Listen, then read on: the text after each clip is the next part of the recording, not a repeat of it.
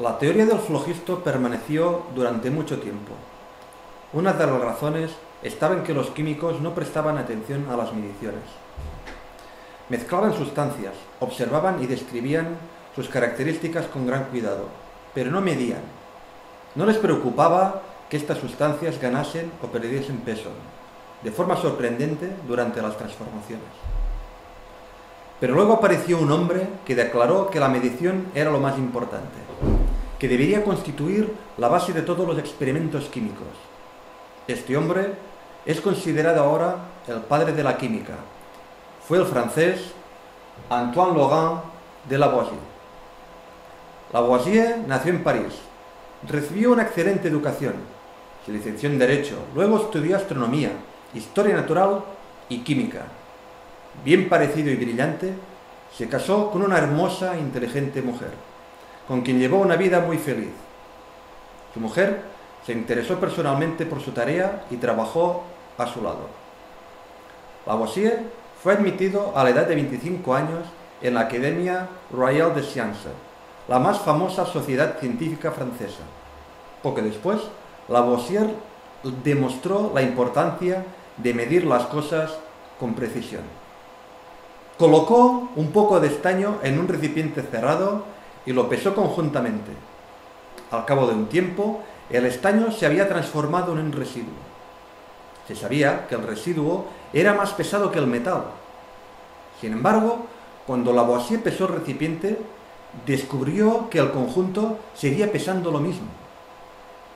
Si el residuo era más pesado que el estaño original, esto significaba que debía haber ganado peso a expensas de algo que había en el recipiente. Cuando Lavoisier abrió el recipiente, el aire se precipitó dentro y el sistema aumentó de peso.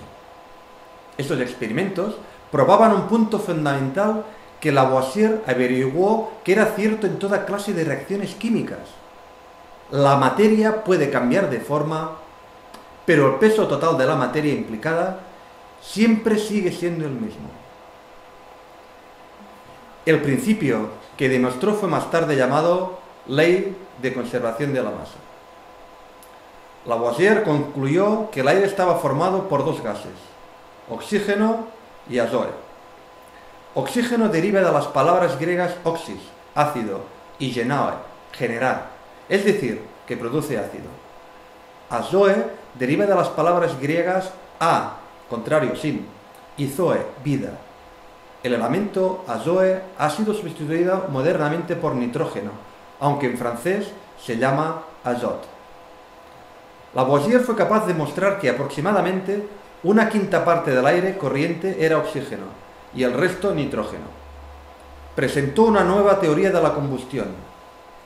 Cuando una sustancia arde o se inflama, se combina con oxígeno para formar un óxido.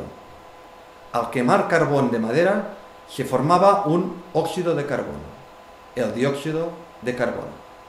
Vamos a ver ahora un experimento con dióxido de carbono.